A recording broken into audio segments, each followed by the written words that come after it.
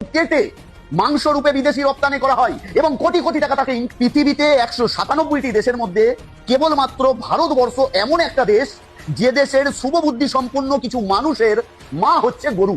হ্যাঁ, এটাই বাস্তব। যাই হোক, এটা একটা আস্থার বিষয়। কিন্তু ওই গরুর সন্তানদের কাছে আমার অনুরোধ, যখন ভারতবর্ষের মানুষ ওই গরুকে কেটে মাংস রূপে ভক্ষণ করে তখন আপনাদের খুবই কষ্ট হয়, আর এটা হওয়াই স্বাভাবিক। তাই আপনারা করেন কি, সেই অসহায় দুস্থ যারা ক্ষুধার জ্বালাই ওই গরুর মাংস খেয়েছিল তাদের বাড়িঘর জ্বালিয়ে দেন, তাদের খুন করে ফেলেন এবং সরকার তাদের জন্য আইন পাস করে। কিন্তু আপনাদেরই ওই গোমাতাকে যখন কেটে মাংস রূপে বিদেশি রপ্তানি করা হয় এবং কোটি কোটি টাকা তাকে ইনকাম করে এবং বিদেশের মানুষরা তাকে মজা করে করে খায় আপনাদের ওই গোমাতার মাংসকে, তখন আপনাদের কষ্ট হয় না? তাই যদি বন্ধ করতে হয় তাহলে ভারতবর্ষে সমস্ত কসাইখানা গো হত্যা বন্ধ হোক, সেটা আপনারা পারবেন না, কারণ আপনাদের সেই মুরদি নেই।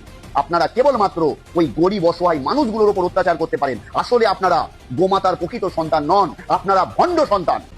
তাই ভারতবর্ষের সমস্ত মানুষের কাছে আমি অনুরোধ করব, ওই গরুগুলোকে, আই এম সো সরি, গরু নয়, গোমাতাগুলোকে মেন রোডে গিয়ে ছেড়ে দিয়ে আসুন।